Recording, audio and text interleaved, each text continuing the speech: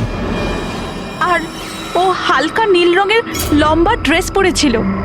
আচ্ছা, এই নীলম কে, আর ও এখানে কি করে এলো? আচ্ছা, ও কি জানতো যে আপনারা এখানে ছুটি কাটাতে আসছেন? স্যার, নীলম আমাদের প্রত্যেকেরই কমন ফ্রেন্ড। আর 2 মাস ধরে তো নীলমের সাথে আমাদের কোনো যোগাযোগই ছিল না। আচ্ছা, আর তার আগে? স্যার, ওই 2 মাস আগে ওই আমাদের আর নীলমের মাঝে কিছু প্রবলেম হয়েছিল। ওর পরে নীলমের সাথে আর কোনো যোগাযোগ নেই স্যার। হ্যাঁ স্যার, আজ বিক্রমের মুখে নীলমের নাম শুনে আমরা সব অবাক হয়ে গেছিলাম। আপনি তো এখানকার কেয়ারটেকার, আপনি তো খুব ভালোভাবে জানবেন যে এখানে কে এসেছিল আর কি কারণে এসেছিল। একদম ফাঁকা জায়গা স্যার, যে কেউ যেতে আসতে পারে। ভূমি, তুমি বিক্রমকে জঙ্গলে পাঠিয়েছিল তো ফোনে কথা বলার জন্য? স্যার, কারণ ওখানে নেটওয়ার্ক খুব উইক থাকে, তার জন্য। চাইলে আপনারা নিজেরা চেক করে দেখতে পারেন। ঠিক আছে, বিক্রমকে ফোন কলটা কে করেছিল সেটা যদি একবার জানতে পারি তাহলে ঠিক জানতে পারবো যে এখানে কি হয়েছিল আর করেছিল কে।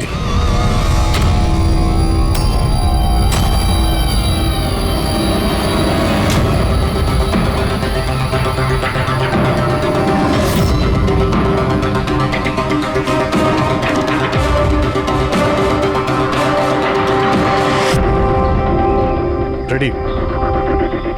এর উপরে ওঠো। এই নাও।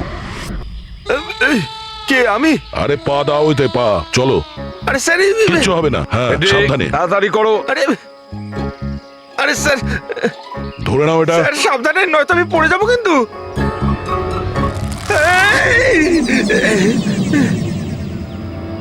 স্যার, এরা হয়তো মেয়েটার নাম বলছে, কিন্তু এদের কথায় বিশ্বাস করা একটু মুশকিল। বিক্রমের ওজন প্রায় 70 থেকে 80 কিলো হবে। একটা মেয়ে ওকে কুড়ুল দিয়ে মারার পরে ওর লাশটাকে ফাঁসিতে ঝুলিয়ে দেয়। অদ্ভুত মনে হচ্ছে না স্যার? নীলম? এই নীলমটা আবার কে? কি উদ্দেশ্য থাকতে পারে তার? স্যার, বিক্রমের কাছে একটা আননোন নাম্বার থেকে ফোন এসেছিল। সেই নাম্বারটা ট্রেস তো হচ্ছে না, বোধহয় সিম কার্ডটা ডিস্ট্রয় করে ফেলেছে। হ্যাঁ স্যার, ওই ভূমি কেয়ারটেকার, ওর আচরণ ও কেমন যেন সন্দেহজনক। ঠিক আছে, দেখা যাক। নীলামের সঙ্গে দেখা করি আগে। এক্সকিউজ মি, এটা কি নীলামেরই বাড়ি? হ্যাঁ, এটা নীলমেরই তো বাড়ি, আর আমি ওর মা হই। আপনারা কারা? আমরা সিআইডি থেকে। সিআইডি? বলুন, কি ব্যাপার? অ্যাকচুয়ালি পিনাকি ওয়েস্টে একটা ফার্ম হাউস আছে, সেখানে খুন হয়েছে। ওখানে যারা ছিল তারা এটা বলছে যে ওখানে নীলমকে দেখেছিল। কি তাহলে আপনারা এটাই বলতে চান যে নীলম কাউকে খুন করে দিয়েছে, আর আপনারা ওর বাড়িতে ওর সাথে দেখা করতে এসেছেন? হ্যাঁ। নীলম কোথায়? আসুন আমার সাথে। কোথায়? আপনারা নীলমের সাথে দেখা করতে চান না? আসুন, আমি দেখা করাচ্ছি নীলমের সাথে।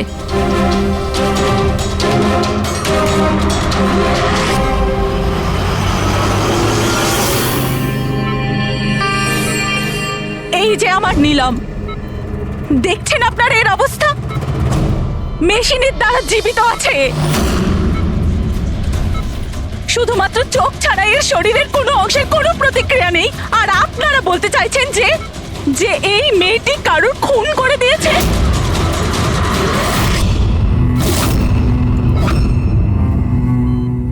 খুন করেছে আমার দিদি? নীলমের এরকম অবস্থা কবে থেকে আর কিভাবে? গত মাস থেকে। ওর সেই গাড়ি অ্যাক্সিডেন্ট হয়েছিল, তারপর। এই অ্যাক্সিডেন্ট হলো কি করে? মানে কেউ এসে ধাক্কা মেরেছিল না গাড়ির ব্রেক ফেল হয়ে গেছিল? ওই নীলম নেশা করেছিল। আপনারা কারা, আর এসব কি হচ্ছে? আমরা সিআইডি থেকে এসেছি। সিআইডি? দেখুন ডক্টর, ওর খুব কাছের বন্ধু বিক্রম, যাকে কেউ নৃশংসভাবে হত্যা করেছে। আর ওখানে যারা ছিল তাদের বক্তব্য হলো এও নাকি ওখানে উপস্থিত ছিল। This is not possible. এটা হতে পারে না। ওরা সবাই মিথ্যে কথা বলছে। বিক্রম আর ওর বন্ধুরা একেবারেই দিদির বন্ধু নয়, বিজনেস পার্টনার ছিল। চিট করেছে ওরা দিদিকে, ঠকিয়ে বিজনেস থেকে আলাদা করে দিয়েছে। ভালোই হয়েছে, ওই 3 জন চিটারের মধ্যে একজন মারা গেছে। খুব ভালো হয়েছে। আমাদের কাছে 5 জন আই উইটনেস আছে, প্রত্যক্ষদর্শী, যারা ওকে ওখানে ঘটনা ঘটার সময় দেখেছিল।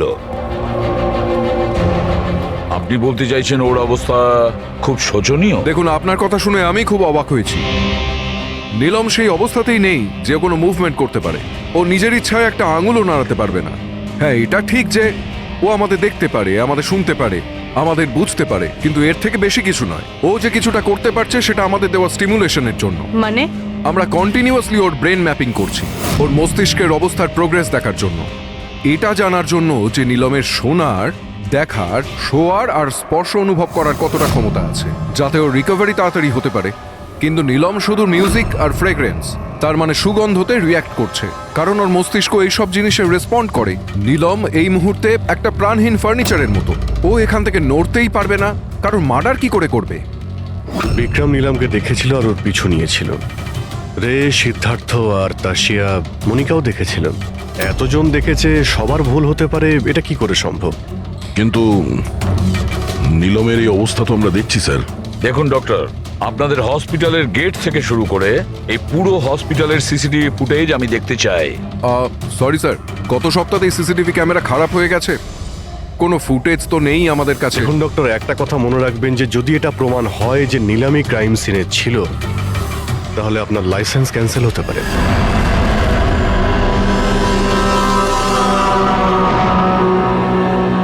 এবার ডক্টর সারিকাকে দিয়ে ওর ভালো করে এক্সামিন করাতে হবে। এই পরিস্থিতিতে দুটো ব্যাপার হতে পারে। হতে পারে এই নীলম নাটক করছে, কিংবা ওর মতো দেখতে কেউ আছে, আর এতজনে দেখেছে, সবার চোখে তো আর ফাঁকি দিতে পারবে না। স্যার, আমার মনে হচ্ছে পুরবি আর ফ্রেডিকে একে লক্ষ্য রাখার জন্য এখানেই থাকা উচিত। তাহলেই জানা যাবে ও বিছানা থেকে উঠতে পারে কিনা। পুরবি, হেডরিক, এই করিডোর থেকে শুরু করে আর ওর ঘর অবধি খুব ভালো করে খেয়াল রাখবে। ভালো তো লাগছে না ওকে এই অবস্থায় দেখতে, কিন্তু তবু আমাদের ওর ফিঙ্গারপ্রিন্টস আর ফুটপ্রিন্টস নেওয়া দরকার। আর তাছাড়া নীলমের ভাই আর মা ছাড়া ওখানে আর কে কে আসেন ওর খোঁজ নিতে, ওর সঙ্গে দেখা করতে, সেটাও দেখতে হবে।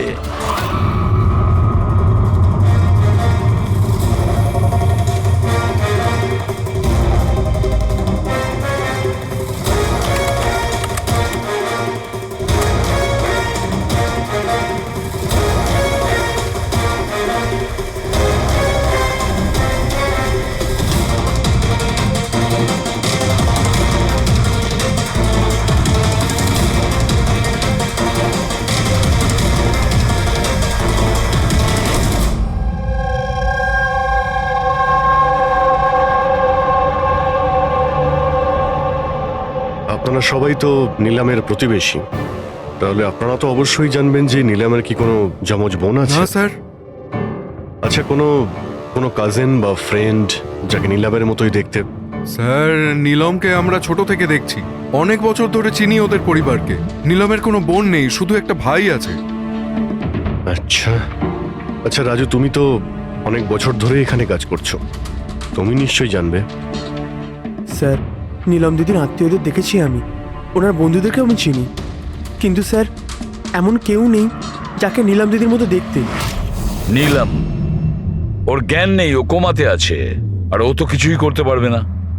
আর রইলো বাকি সবাই যারা ওই সময় পিকনিকে প্রেজেন্ট ছিল। বিক্রমকে খুন ওদেরই মধ্যে কেউ করেছে। তবে স্যার, এই তাশিয়া বিক্রমের স্ত্রী, ওর মুখ দেখে মনে হচ্ছে না যে ওর স্বামী মারা যাওয়াতে ওর কোনো আফসোস রয়েছে। কিংবা স্যার নীলমের মা বিদ্যা আর ওর ভাই ঋষভ। স্যার, বিক্রম আর ওর বন্ধুরা নীলমকে বিজনেস থেকে সরিয়ে দিয়েছিল। হতে পারে বদলা নেওয়ার জন্য দুজনে মিলে বিক্রমকে প্রাণে মেরে দিয়েছে। স্যার, সন্দেহর তালিকায় তো এও রয়েছে, এই বিক্রমকে জঙ্গলের দিকে পাঠিয়েছিল স্যার। পঙ্কজ, এই 4 জনের ওপর কড়া নজর রাখো। দেখো গত 48 ঘন্টায় কি করছিল, কোথায় কোথায় গিয়েছিল। স্যার স্যার আমার একটা ব্যাপার একদম ভালো লাগেনি। কি ভালো লাগছে না ভাই? স্যার আমি নিজে ওই মেয়েটাকে এক্সামিন করে আসছি, বেচারি নিজের হাতটাও নাড়াতে পারে না, আর আমরা ওর ফুটপ্রিন্টস আর ফিঙ্গারপ্রিন্টস খুনির সাথে ম্যাচ করাচ্ছি।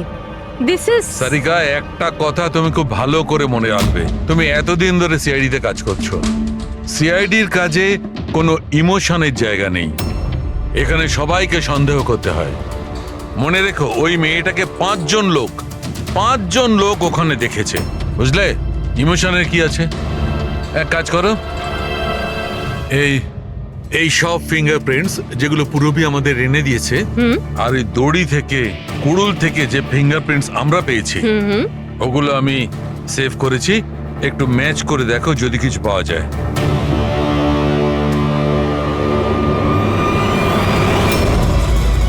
গড, এটা তো ম্যাচ হয়ে গেছে। ম্যাচ হয়ে গেছে। হসপিটালের যে ভিজিটার্স বুক আছে সেই হিসাবে কোনো একজন ডক্টর রজত আছে যে গত 2 সপ্তাহ ধরে এই নিলামের সঙ্গে দেখা করতে আসছে। ডক্টর রজত? আচ্ছা, উনি কি সেই যিনি অ্যাস্ট্রোফিজিক্স আর প্যারানর্মাল সায়েন্স নিয়ে কাজ করছেন? হ্যাঁ সালুকে বলো, কি নিলাম ক্রাইম সিনে গিয়েছিল? নিলাম হাঁটতে পারে? ডক্টর রজত, নিলাম তো চলাফেরা করতে পারে, কারণ ক্রাইম সিনে আমরা যে ফুটপ্রিন্ট আর ফিঙ্গারপ্রিন্ট পেয়েছি সেটা তো ওর সঙ্গে ম্যাচ করে গেছে। তাহলে এই পুরো বিষয়ে আপনার কি রোল? দেখুন, আমি আপনাদের কথা অস্বীকার করছি না। হসপিটালের বেড থেকে নিলাম উঠতে পারে। হ্যাঁ, ওর ফিঙ্গারপ্রিন্টস আর ফুটপ্রিন্টস অ্যাস্ট্রাল প্রজেকশনের সাথে মিলবে কি মিলবে না, that I am not sure. Excuse me, কি বললেন আপনি? Astral, what is that mean? এক minute, astral projection? Are you joking? আমার সঙ্গে মজা করছেন না তো? নীলমের ভাই ঋষভকে আমি বলেছিলাম একটা বিশেষ মিউজিক চালানোর জন্য, আর নীলমের পাশে ফুল রাখার জন্য। এই কাজটা ওর মস্তিষ্কে প্রভাব ফেলবে, ওটা তাড়াতাড়ি কাজ করতে থাকবে, আর নীলম তাড়াতাড়ি সুস্থ হয়ে যাবে। এখন বুঝতে পারছি যে নীলমের মস্তিষ্ক খুব বেশি পাওয়ারফুল হয়ে গেছে, এতটা যে ও নিজেকে অন্য কোথাও প্রজেক্ট করতে পারে।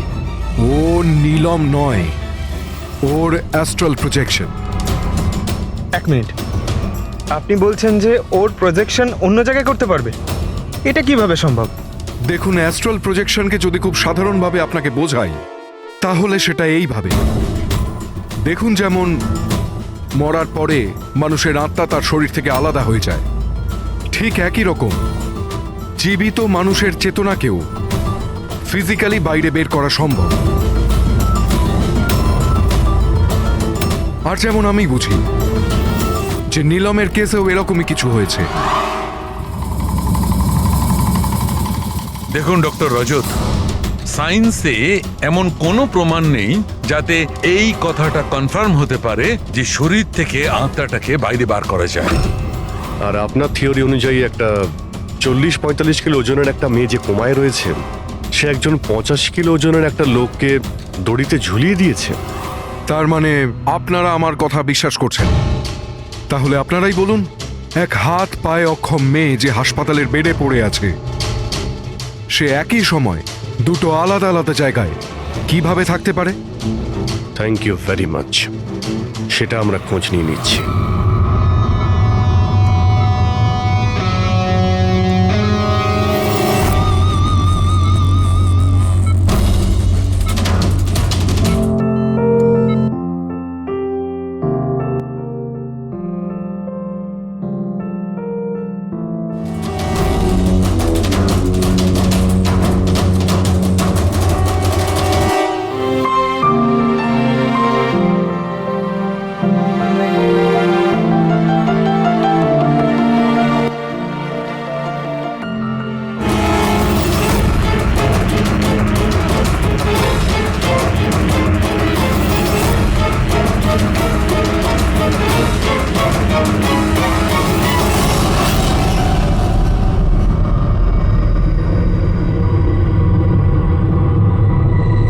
শোনো,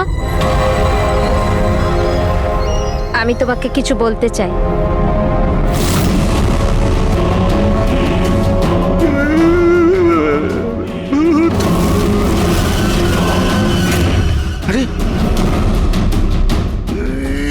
তো ছিল।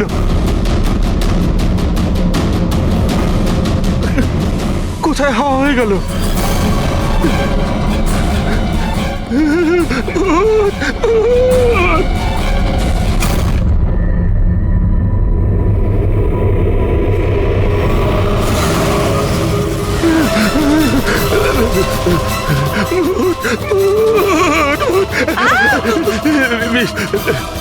ওখানে ভূত।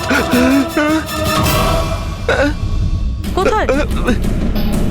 পুরবি, আমি ওকে নিজের চোখে দেখেছি। ওখানে দাঁড়িয়ে ছিল, হঠাৎ করে উধাও হয়ে গেল। কিন্তু নীলাম তো এখানেই ছিল, এখান থেকে ওঠেও নি।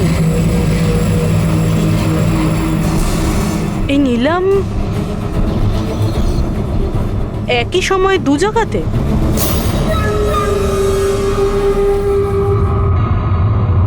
স্যার, আমি নিজের চোখে দেখেছি নীলমের আত্মা দাঁড়িয়েছিল এই করিডোরেই। স্যার, ওর রুমেই ছিল। ঋষভ মিউজিক অন করে ফুল রেখে শুতে চলে গেছিল। এরকম প্রথমবার হয়নি স্যার, আমি দেখেছি। স্যার, ওর বডি এখানেই থাকে আর ও বাইরে ঘুরে বেড়ায়। দেখলেন, আমি আপনাদের আগেই বলেছিলাম মিউজিক আর ফুলের জন্য ওর নার্ভের সক্রিয়তা বেড়ে যায়, আর সেই অবস্থায় ওর আত্মা শরীরের বাইরে চলে যায়। Astral projection. Astral projection? হ্যাঁ। ঋষভ, ভেতরে যাও, গিয়ে মিউজিক চালাও। যেটা তুমি তোমার বোনকে শোনাও, আর ওই ফুল সেটাও রাখো। হ্যাঁ স্যার। এবারে দেখবো।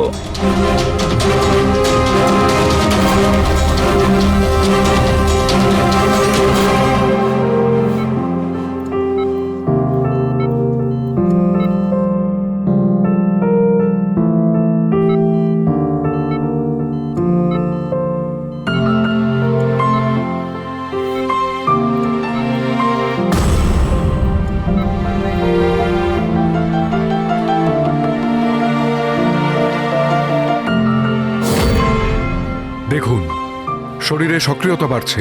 আমি আপনাকে বলেছিলাম না আমি ভুল বলিনি? ঠিক আছে ডক্টর, ওর আঙ্গুলটা নড়াচড়া করছে, কিন্তু ওর অ্যাস্ট্রাল প্রজেকশন কোথায়? শুধু তো আঙ্গুলের রিয়াকশন দেখছি। তাহলে কি পুরো হসপিটালে ওর আঙ্গুলের ছাপ খুঁজে বেড়াবো? যদি ওর আত্মা ওর শরীর থেকে বেরিয়ে অন্য কোথাও যায়, তাহলে ওর ফুটপ্রিন্ট আর ফিঙ্গারপ্রিন্টও সাথে নিয়ে যায়, তাই না? দেখুন, আপনাকে বুঝতে হবে, নীলমের আত্মা আপনার অর্ডারে তার শরীর ছেড়ে বাইরে আসবে না। এটা নিজে থেকেই স্বেচ্ছায় আসবে।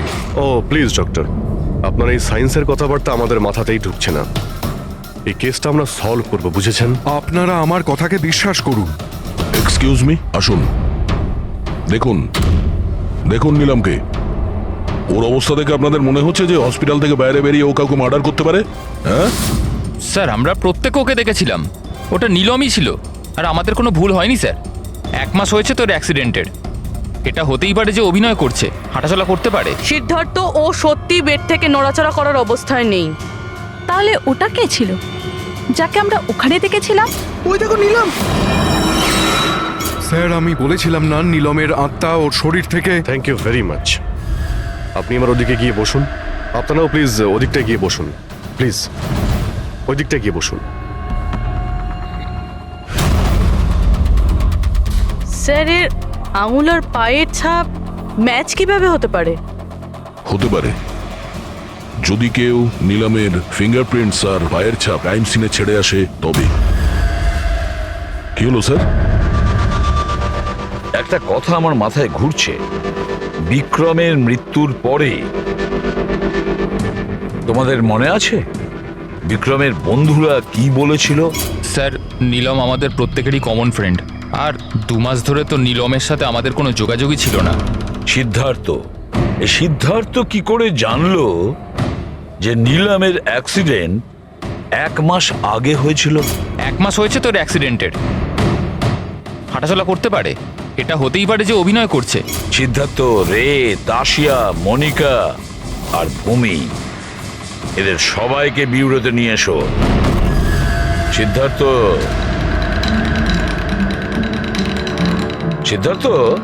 Yes sir.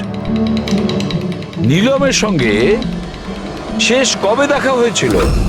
স্যার, আমি তো বলেইছিলাম, প্রায় 2 মাস আগে। আসলে হয়েছে কি, একটু ভুলে যাই, বয়স হচ্ছে তো। 2 মাসের মধ্যে যখন দেখা হয়নি, তাহলে নিলামের অ্যাক্সিডেন্টের ব্যাপারে তুমি কিভাবে জানলে? স্যার ঠিকঠাক তো মনে নেই, কিন্তু কথায় কথায় বিক্রমই বলেছিল আমাকে। তোমরা বিজনেস পার্টনার ছিলে, তাই ও মারা যাওয়াতে সব থেকে বেশি লাভ তো তোমাদেরই হয়েছে। স্যার বিজনেস পার্টনার ছিলাম, খুনি নয়। আর ও বন্ধু ছিল আমাদের, ওর ব্যাপারে আমরা এসব ভাবতেই পারি না। যদি লাভের কথা বলেন তো বিক্রমের মৃত্যুর লাভ তো সবচেয়ে বেশি ওর ওয়াইফ তাসিয়ারই হয়েছে। বিক্রমের মৃত্যুর পর আপনার প্রতি হওয়া অত্যাচার কমে গেল, এটা ছাড়া আর কোনো সুবিধা পেয়েছেন আপনি? হ্যাঁ, বিক্রম চলে যাবার পর আমার আর ভয় লাগে না, আর আমি বেশ ভালোই আছি। কিন্তু আমি বিক্রমকে মারিনি। নীলমকে চেনেন আপনি? আমি নীলমকে একদমই চিনি না। 25শে জুলাই যেদিন নিলামের অ্যাক্সিডেন্ট হয়, সেই সময় তোমরা কোথায় ছিলে? স্টার ক্লাব, বিকেসি, তারপর আমরা এয়ারপোর্ট গেছিলাম স্যার। সিদ্ধার্থ, তোমার স্মৃতিশক্তির প্রশংসাই করতে হয়। স্যার মনে তো থাকবেই, ওয়ার্ল্ড ট্যুরের জন্য টিকিট আমি তো বুক করেছিলাম। ট্রাভেল এজেন্ট কে ছিল? সাইমা ট্রাভেলস। যেই বাংলোতে আপনি ছুটি কাটাতে গিয়েছিলেন, ওখানে যাওয়ার আগে আপনি ওখানে 2-3 বার গিয়েছিলেন। কি করতে গিয়েছিলেন? আমি এটাই দেখতে গিয়েছিলাম যে ওখানে কেমন সব ব্যবস্থা, ওটাই দেখাচ্ছিল। ভূমি, আপনি বিক্রমকে বাংলোর পিছনে এইটা বলে পাঠিয়েছিলেন ওখানে নেটওয়ার্ক আসে, কিন্তু এটা সত্যি না, আমরা চেক করেছি। দেখুন ম্যাডাম, ওরা অনেক বড় লোক, আমার ওদেরকে মেরে কি লাভ হবে? আর আপনি শুধু শুধু আমাকে এইসবে টানছেন। ম্যাডাম আমি কিছু করিনি। তাহলে বিক্রমের মৃত্যুর আগে, একদিন আগে হসপিটালের বাইরে কি করছিলেন? আমার ভাইয়ের দোকান আছে, ওখানে দেখা করতে গেছিলাম। আর মনিকা, আপনার কি বক্তব্য? আমি নিলামের ব্যাপারে কিছু জানি না, তাছাড়া আমার হাজবেন্ড আমাকে বেশি কিছু বলে না, তাই এসব ব্যাপারে আমার কিছু যায় আসে না। স্যার এই 5 জনের মধ্যে বিক্রমের খুন যেই করুক, কিন্তু বিক্রমের খুন আর নিলামের যে অ্যাক্সিডেন্ট, এদের মধ্যে কোনো না কোনো সম্পর্ক তো আছে স্যার। রাইট। এটা অ্যাস্ট্রাল প্রজেকশনের ব্যাপার নাকি যমজের, কিন্তু এটা তো শিওর যে এদের মধ্যে কেউ আছে যে নিলামের এই অবস্থার সুযোগ নিচ্ছে। নিলামের অ্যাক্সিডেন্ট পালোমি ব্রিজে 25শে জুলাই হয়েছিল, আর পুলিশ খবর পায় ওই দিন সকালে 4টে থেকে 5টার মধ্যে। এটা খোঁজ নিতে হবে যে ওই 3 জন, বিক্রম, সিদ্ধার্থ আর রে, 25শে জুলাই কোথায় ছিল, আর কে নিলামের অ্যাক্সিডেন্টের ব্যাপারে প্রথম জানতে পারে। আর হ্যাঁ অভিজিৎ, ওই সাইমা ট্রাভেলস, ওখানেও ভালো করে জিজ্ঞাসাবাদ করো। পুরবি, আজকে রাত্রে এই হসপিটালেই থাকো, কিন্তু একটা কথা মনে রেখো, ওই রুমে আজ না কোনো মিউজিক বাজবে, না কোনো ফুল থাকবে। শুধু এটা খেয়াল রাখতে হবে যে নিলামের শরীর থেকে নিলাম বাইরে কিভাবে যায়। বিক্রম, রে, সিদ্ধার্থ, এদেরকে আপনি অবশ্যই চেনেন। ওদের ওয়ার্ল্ড ট্যুরের টিকিট তো আপনিই বুক করিয়েছিলেন না? হ্যাঁ স্যার। স্যার ওরা খুব অদ্ভুত লোক। স্যার প্রথমে ওরা দিল্লি যেতে চেয়েছিল, বুকিংও হয়েছিল, কিন্তু হঠাৎ করে বললো যে 3-4 ঘন্টার মধ্যে জোগাড় করে দাও, ওয়ার্ল্ড ট্যুরে বেরোবো। দেখুন, ডিটেলে বলুন আপনাদের কি কথা হয়েছিল। হ্যাঁ স্যার। ওই অ্যাক্সিডেন্টের ব্যাপারে কি করে জানলেন আপনারা? স্যার সকাল 4টের সময় আমাদের কাছে খবর এসেছিল যে একটা গাড়ি ব্রিজ থেকে নিচে পড়ে গেছে। আমি আমার টিম নিয়ে এখানে পৌঁছই আর ওই মেয়েটাকে গাড়ি থেকে বাইরে বের করি। কিন্তু স্যার অবাক হওয়ার বিষয় হলো এটাই যে এত ভয়ঙ্কর অ্যাক্সিডেন্টের পরেও মেয়েটার শ্বাস চলছিল। তদন্ত করে কি জানতে পেরেছেন? এটা কোনো অ্যাক্সিডেন্ট ছিল নাকি কেউ জেনে শুনে কাজটা করেছিল? অ্যাক্সিডেন্ট ছিল স্যার। মেয়েটাকে নেশাগ্রস্ত অবস্থায় গাড়িতে পাওয়া গেছে, কিন্তু স্যার অবাক হওয়ার মতো বিষয় এই যে সিসিটিভি ফুটেজে না মেয়েটাকে দেখা গেছে না মেয়েটার গাড়িটাকে। ও যে এখানে কি করে পৌঁছলো সেটা কিছুতেই বুঝতে পারছি না। আচ্ছা, অ্যাক্সিডেন্ট তো 1 মাস হয়ে গেছে, কিন্তু এর ফুটেজ তো পেয়ে যাবো। একটা কাজ করো, এই 24 জুলাইয়ের রাতে ক্লাব ভিস্টা থেকে এয়ারপোর্ট যাওয়ার মধ্যে যতগুলো সিসিটিভি ক্যামেরা আছে সবগুলোকে চেক করো। আর হ্যাঁ, ওই হাইওয়েরও নিয়ে নাও যেটা পুলমি ব্রিজের দিকে যায়, যেখানে নিলামের কারের অ্যাক্সিডেন্ট হয়েছিল। স্যার 25শে জুলাই রাতে বিক্রম স্যার ফোন করেছিল। স্যার উনি বললেন যে ওনারা তিনজনে ওয়ার্ল্ড ট্যুরে যাবেন, এই জন্য নেক্সট ফ্লাইটেই টিকিট বুক করে দিতে। স্যার আমার খুব অদ্ভুত লেগেছিল ব্যাপারটা, কিন্তু স্যার ওনার কথা থেকে এটা মনে হচ্ছিল যে কিছু তো একটা গড়বড় চলছে। I see. বুঝতে পারছি না নীলমকে সবাই সব জায়গায় দেখতে পাচ্ছে কি করে, যখন ও নিজের বিছানা থেকেই উঠতে পারছে না। হ্যাঁ স্যার, আমি এখানেই আছি, আর নীলমও আমার চোখের সামনে আছে, ওইভাবে বিছানায় শুয়ে। আর এই নীলমের মতন দেখতে মেয়েটাকেও দেখতে পাইনি, সব কিছু নর্মাল। কামন ইয়ার মনিকা, তোমার কি মনে হয় বিক্রমের মৃত্যুর পর নীলম আমাকে আর রেকে মেরে দেবে? আরে রিল্যাক্স ইয়ার, রে আমার সাথেই আছে, কিচ্ছু হবে না, আমরা বাড়িতেই আসছি।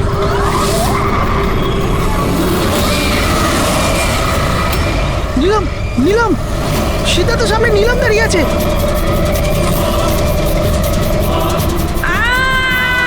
আরে ব্রেকটা মার, ব্রেকটা মার, ব্রেকটা মার।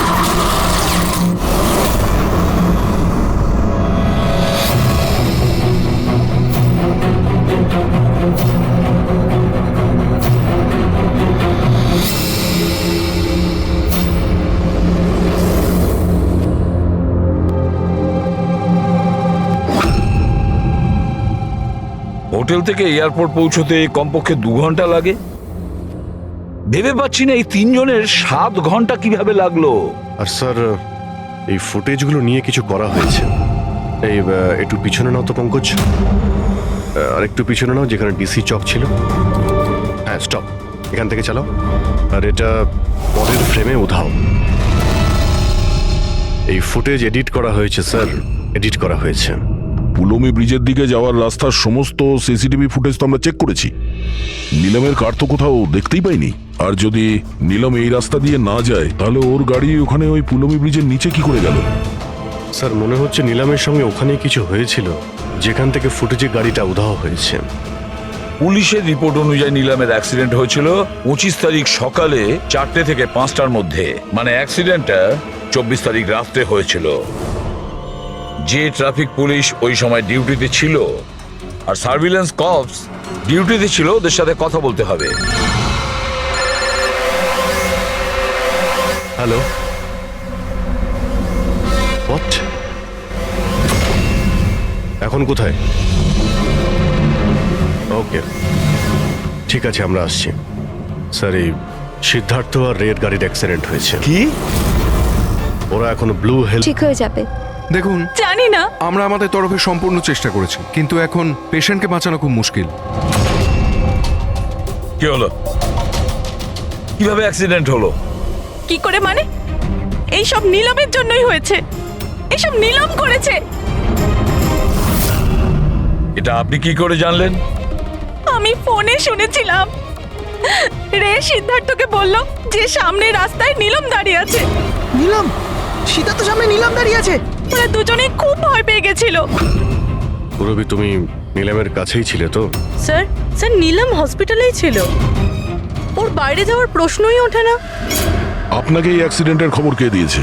12:30টার সময় কারো ফোন এসেছিল, কিন্তু ফোনেতে নিজের নামটাও বলেনি। আমরা যখন অ্যাক্সিডেন্ট স্পটে পৌঁছলাম, কারটা তখন পাল্টি মেরে রাস্তার নিচে পড়েছিল। ভেতরে সিদ্ধার্থ রক্তে মাখামাখি হয়েছিল, আর রের শরীরটাও জানলা দিয়ে অর্ধেক ঝুলেছিল। এক কাজ করি, সিদ্ধার্থ আর রে দুজনের মেডিকেল রিপোর্ট আর ওই গাড়িটাকে নিয়ে ফরেন্সিক ল্যাবে পাঠিয়ে দাও। এখানে সব জায়গায় পুলিশ প্রহরা আছে স্যার, সব বন্দোবস্ত হয়ে গেছে স্যার। Very good. আর আশপাশের সমস্ত রাস্তায় ব্যারিকেড লাগিয়ে দাও, ঠিক আছে? কেউ যেন আসতে যেতে না পারে। Over and out. একটা গাড়িও যেন এদিক দিয়ে না যেতে পারে। হ্যাঁ স্যার। যারা হেঁটে হেঁটে যাবে তাদের বলে দাও অন্য রাস্তা দিয়ে যেতে। কাল সকালবেলা এখান দিয়ে ভিআইপির একটা বড় কনভয় যাবে, আর ভেতর থেকে আমরা খবর পেয়েছি যে ওই কনভয়ের মধ্যে একটা গন্ডগোল হতে চলেছে। কারোর ওপর যদি একটু সন্দেহ হয় সঙ্গে সঙ্গে আমাকে জানাবে। সব সিসিটিভি ক্যামেরা জাজ হয়ে গেছে, সব ঠিকঠাক কাজ করছে। গুড।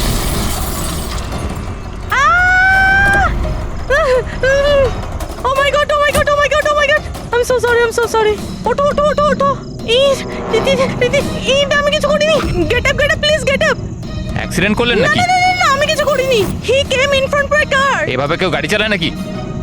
স্যার, এ তো মরে গেছে। মরে গেছে? না না না না না, আমি কিছু করিনি। আরে ম্যাডাম, এই সিসিটিভি ক্যামেরাতে সবকিছু রেকর্ড হয়ে গেছে। এইটা চালু আছে? হ্যাঁ চলে এগুলো। এটা কেন চলে? অ্যারেস্ট করো ওনাকে। Listen listen listen listen listen actually আমার হাজবেন্ড যে আছে he is a very very rich man. টাকার কোনো অভাবই নেই ওনার। তো যদি আপনারা চান তো তো এই ফুটেজটা ডিলিট করা যায় না? এক minute. Get up get up get up, save some money, gate up please please, get up please. Madam, হ্যাঁ 10 লাখ। 10 লাখ? সিসিটিভি ফুটেজও গায়েব হয়ে যাবে, তার সাথে সব প্রমাণও। আরে এটার থেকে বাঁচতে গেলে এটুকু টাকা তো দিতেই হবে ম্যাডাম। শুধু টাকা নিলেই হবে না, আরো অনেক কিছু নিতে হবে তোমাদের।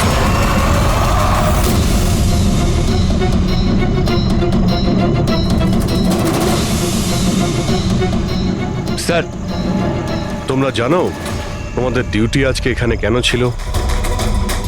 কারণ আমরা জানতে চেয়েছিলাম যে 24শে জুলাই রাত এখানে কার ডিউটি ছিল আর কে টাকা নিয়ে অপরাধীদের ছেড়ে দিয়েছিল। তোমার মতো লোকের পুলিশে থাকার কোনো অধিকার নেই। এবার পরিষ্কার করে বলো সেই রাতে কি হয়েছিল? তাহলে তোমরাই কি ওই সার্ভেলেন্সের ফিল্মটা এডিট করেছিলে? স্যার, ওরা বড্ড প্রেশার দিচ্ছিল। আরে ওরা বড় বড় বিজনেসম্যান, স্যার ওদের হাত অনেক ওপর অবধি। চুপ করো, পরিষ্কার করে বলো কি হয়েছিল। স্যার ওই রাত্রির প্রায় 2:30টার সময় বিক্রম, রে আর সিদ্ধার্থর গাড়িটা নীলমের গাড়িটাকে ধাক্কা মারে।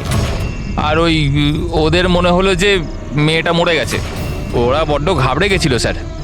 ওরা শুধু আমাদেরকে এটুকুই করতে বলেছিল যে এই সিসিটিভি ফুটেজের ওদের অংশটুকু যেন আমরা বাদ দিয়ে দিই, বাকি মেয়েটা আর ওই গাড়িটার ব্যবস্থা ওরা নিজেরাই করে নিতে পারবো বলেছিল। স্যার, সেই জন্য নীলম প্রতিশোধ নিচ্ছে। যখন ওর অ্যাক্সিডেন্ট হয় এরা তিনজন ওকে এখানেই ফেলে গেছিল। নিলাম নয়, অন্য কেউ, যে রে, সিদ্ধার্থ আর বিক্রান্তের উপরে প্রতিশোধ নিচ্ছে।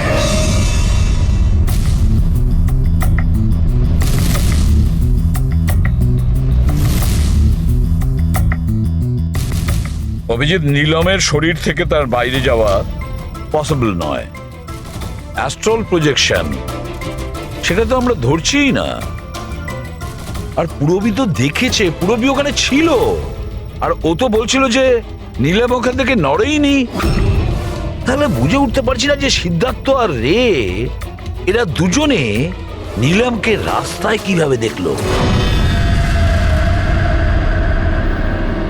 এক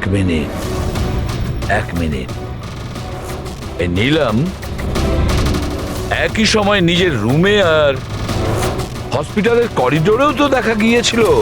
এক মিনিট বস, এই যে গাড়িটা নীলমকে হঠাৎ দেখে ঘাবড়ে গিয়ে উল্টে যায়নি, বরং এই গাড়িটাকে অ্যাক্সিডেন্ট করানো হয়েছে। এত জোরে ধাক্কা মেরেছে যে ওদিকে দরজাটা তো পেরিয়ে গেছে। ইচ্ছে করে জেনে বুঝে কোনো গাড়ির সঙ্গে এটাকে ধাক্কা লাগানো হয়েছে। স্যার, সিদ্ধার্থ আর রের অ্যাক্সিডেন্ট একটাই গাড়িতে হয়েছে, কিন্তু ওদের মেডিকেল রিপোর্টস কিছুতেই ম্যাচ করছে না। কি?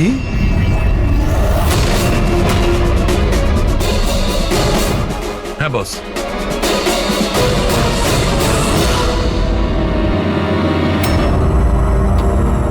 এই পুরো রহস্যটা কি? এটা কি বলতে চাইছে? ফিঙ্গারপ্রিন্টস আর ফুটপ্রিন্টস ম্যাচ করা, দুটোই তো অ্যাক্সিডেন্ট। আর সারিকা বলছে যে সিদ্ধার্থ আর রের মেডিকেল রিপোর্ট ম্যাচ করছে না। এই পুরো ব্যাপারটা আসলে কি?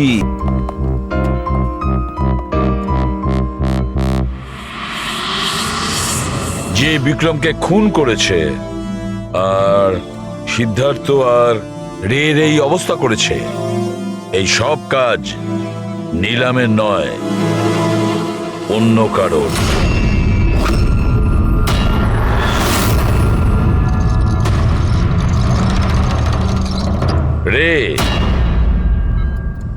রে তোমার যেখানে অ্যাক্সিডেন্ট হয়েছিল সেখানে সিআইডির অফিসাররা গিয়েছিল। আর তাছাড়া তোমার গাড়ির কন্ডিশন আর তোমাদের মেডিকেল রিপোর্টও চেক করা হয়েছে। ওটা খুব সাংঘাতিক অ্যাক্সিডেন্ট হয়েছিল। দেখো সিদ্ধার্থর কিরকম অবস্থা। কিন্তু একটা জিনিস দেখে ভালো লাগছে, এত বড় অ্যাক্সিডেন্ট, এত সাংঘাতিক অ্যাক্সিডেন্ট যেখানে সিদ্ধার্থর এরকম অবস্থা, সেখানে তোমার তো শুধু এত সামান্য আঘাতটা লেগেছে কিভাবে? আচ্ছা, এই অ্যাক্সিডেন্টটা হলো কিভাবে? আসলে ওই আমি রাস্তাতে আমি নীলমকে দেখেছি, আর এই কথাটাই আমি সিদ্ধার্থকে বলেছি। ওই ভয় পেয়ে গাড়ি টার্ন করতে গেল, গাড়ি স্পিডে ছিল তো কন্ট্রোল হলো না, আর গাড়ি উল্টে গেল। না না না না না, মিথ্যে কথা বলছো তুমি। তোমার গাড়ি উল্টে যায়নি, অন্য গাড়ি এসে তোমাকে ধাক্কা মারে। কে?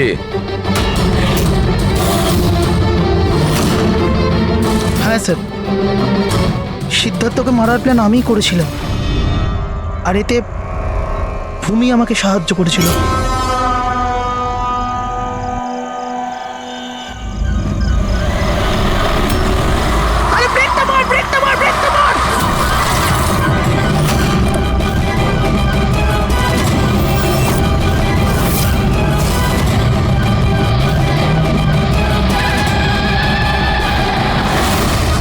তাহলে ভূমিকে আমরা ভুল সন্দেহ করিনি। আর নিলামের হলোগ্রাম ওটাও তুমি বানিয়েছিলে, তাই তো? এই নিলাম একই সময় নিজের রুমে আর হসপিটালের করিডোরেও তো দেখা গিয়েছিল। এটা শুধু একটা কারণেই ঘটতে পারে, শুধু একটা কারণে। 3D হলোগ্রাম মানে নিলাম ছিল না, নিলামের ফটো ছিল। হ্যাঁ স্যার, ওই হলোগ্রাম আমি বানিয়েছিলাম, কিন্তু নীলমকে এই অবস্থায় পৌঁছানোর দায়ী আমি নই স্যার।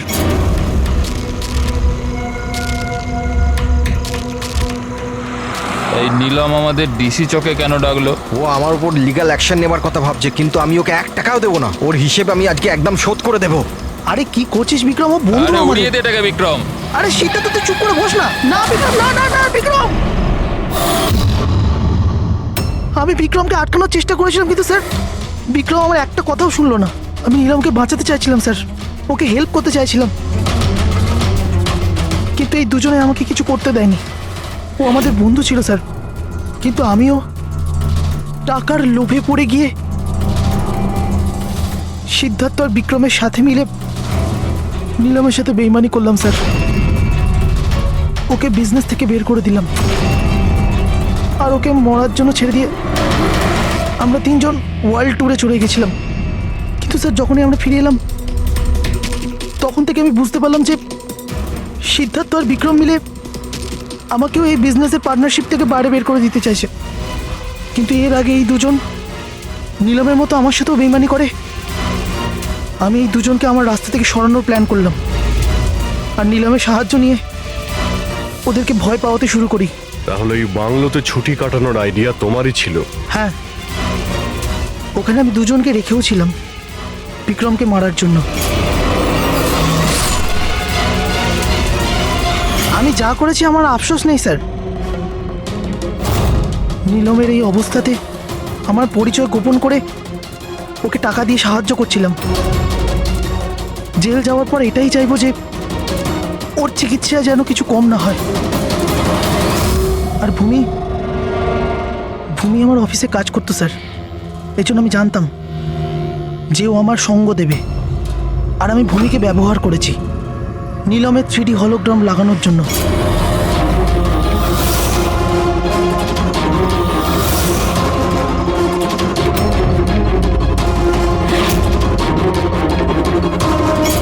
তুমি আর ভূমি যা করেছো সেটা অন্যায়। আইন তোমাদের কোনোদিন ক্ষমা করবে না, কঠোরতম শাস্তি হবে তোমাদের।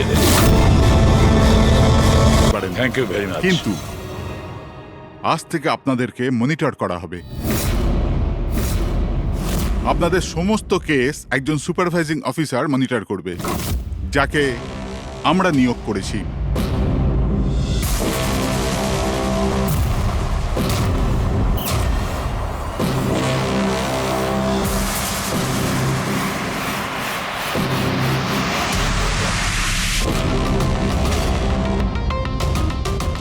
হ্যালো, আমার নাম শীতল।